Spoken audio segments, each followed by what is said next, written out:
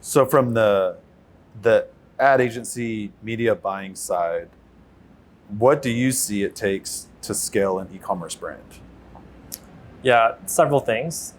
Frankly, number one is knowing your numbers. So we actually have 7 principles that our team follows, and it's ingrained in our team. And the first one is know thy numbers. That is principle number 1. It's even thy. Yeah, we even say thy. yeah. That was pretty funny. Like, my head of media buying put it out. That was a really funny nod, like the 10 commandments, but he's like, know thy numbers. Yeah. And so, for example, like, it's so critical because we need to know at all times. You need to know what are your COGS, right? You need to know so like the landed cost, the shipping cost. You need to know what's the break even. Yeah. So what's your then you know your margin of what's your profit per order, right?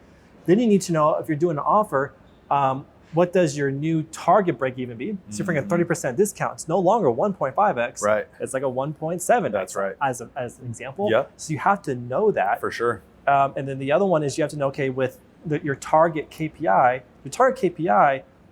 but at what scale? So if your target's supposed to be 3x, is that until you do $200,000 a month in sales? Right. Because if you do $500,000 a month, can it actually be lowered to 2.5 and you actually make more money? Because you can scale more because you're CAC. So that's a long-winded way of saying first is know thy numbers. Yeah. The second one. Completely agree, by the way. Yeah. And that's why it's so important. Like have you and have a really great resources because like it literally can break a brand from doubling, tripling, or being stagnant. Right. And we have this conversation all the time where brands like, dude, you're gonna love it. So we literally had one of our brands that we've been working with for a year and a half. They've been doing really great. They said, okay, we need to lower our ad spend from $80,000 a month to $50,000, but I need the revenue to stay the same. And so that makes sense. We're like, yeah. It's like, sure.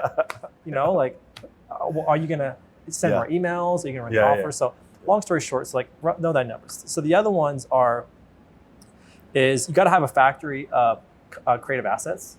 So we say the word factory, and so because that brand, if they're trying to scale very aggressively, is okay. What does your factory look like? Is it a part-time person you bring in to shoot content, to make videos?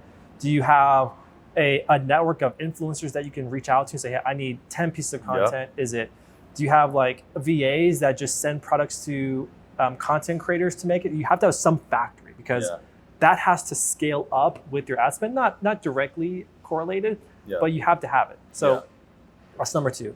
And then number 3 is actually going to be your product SKUs that you're looking to scale.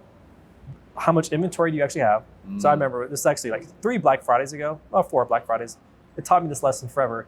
A brand said, we want like $1 million this month. I'm like, okay, cool. How much inventory do you have? 10,000 SKUs. How much retail value is that? About $500,000. I'm like, not gonna happen.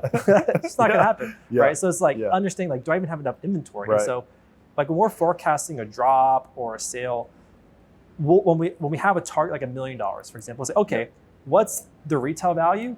And then historically on other sales, how much have they actually sold? Yeah. So if it's like a 1-to-3 ratio, well, you're not gonna have enough. But if it's like, typically they sell like 90% of that, okay, and you have like 1.2 million retail, maybe you could sell that. Right.